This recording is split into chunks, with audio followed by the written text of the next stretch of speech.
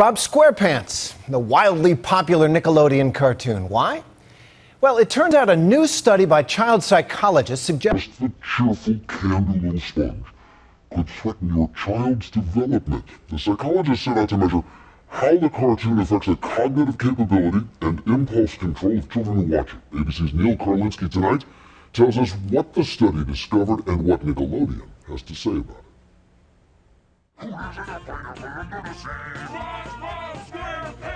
Until now, everyone's favorite nonsensical yellow sponge who lives under the sea has had only one main enemy.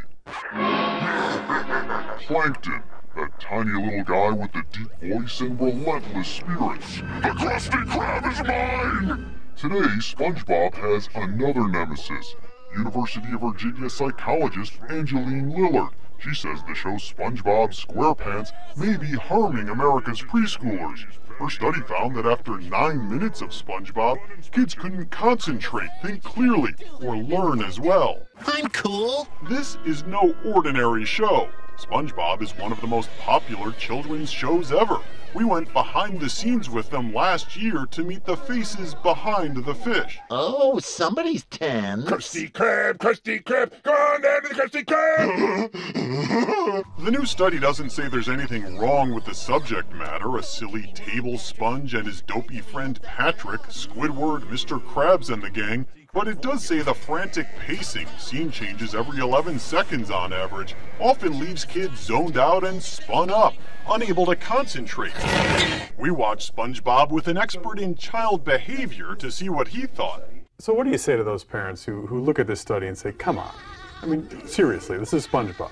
I don't think that anybody, including the makers of SpongeBob, argued the show is educational. It's clearly meant for entertainment. And I'll admit, it's very entertaining. I've seen many an episode myself. But what it tells us is the kids that watch that versus the kids that watch something else are at least at risk for having short and long-term performance deficits. The study looked at 4-year-olds and compared them with kids watching a decidedly slower-paced show, Caillou. Well, I think we're all done shopping. The Caillou kids weren't as easily distracted after the show. Oh, that's right. But the SpongeBob team says this isn't a valid study because their show is meant for kids 6 and up. SpongeBob is not designed to educate preschoolers. It's designed to entertain. I will not let you down! And that's not their only problem with it. There are not enough children included in this study. Parents were asked to report on their own children, and we work with parents every day, and we see how much they love their kids. They're going to tell us their kids are great. SpongeBob isn't the first children's show to go under the microscope. Meep, meep. Years ago, researchers said the Roadrunner and Coyote made kids more violent. The Reverend Jerry Falwell called a Teletubby named Tinky Winky a gay role model. Making a children's show isn't child's play, and the people who bring SpongeBob to life are acutely aware of the critics. In script meetings, potentially offensive words or themes are cut out.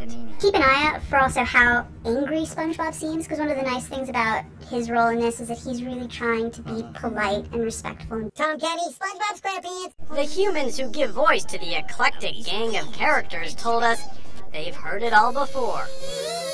I think there is an impression of... People who watch the show a lot, maybe, that, it's teaching the kids bad habits to call each other stupid or dumb, or maybe, hit somebody on the head. I think a lot of people are very careful on television. Very super careful about introducing their kids to television because it can seem like there are a few children's shows that go out of their way to engage kids, like Sesame Street and Dora the Explorer, which encourage kids to answer questions and interact with the story.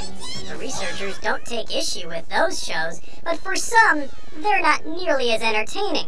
Those cartoons that are supposed to be good for your kids, boring, yeah.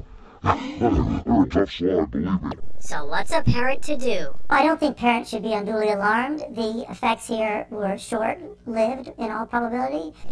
The man behind the sponge says you might want to keep in mind that the show isn't intended to be educational. And parents aren't supposed to just let young kids zone out all by themselves. I miss the days when parents didn't care that much. Like, wow, if there were watch-on groups around then, I would have no Popeye in my life, no Three Stooges, no Looney Tunes. None of the stuff that sort of informed my sensibility. I'm Neil Kalinsky for Nightline. In Seattle.